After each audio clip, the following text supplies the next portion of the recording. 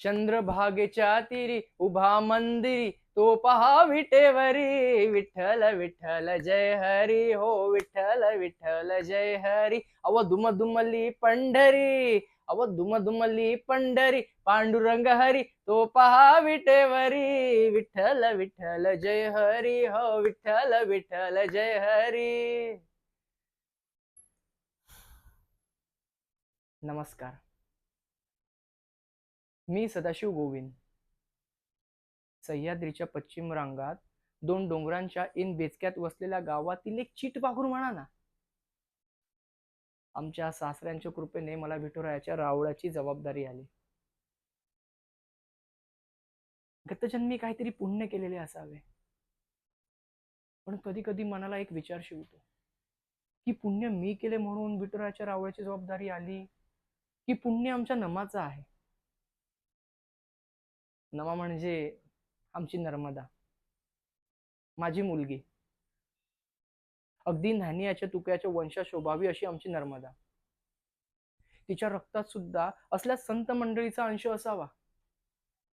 नामदेवाने नाही का अगदी लहान वयात विठुरायाला नैवेद्य खायला भाग पाडले, तेच आमच्या नमाने केले तर मला जरा सुद्धा आश्चर्य वाटणार नाही.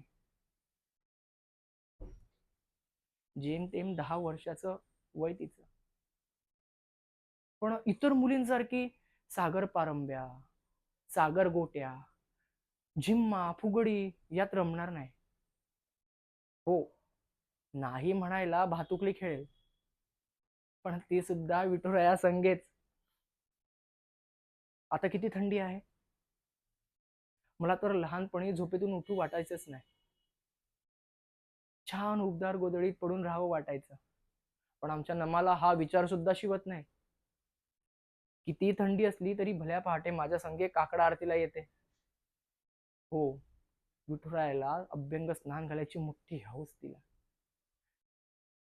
तिचं सगळं विश्वच विठुरायामुळे झालंय.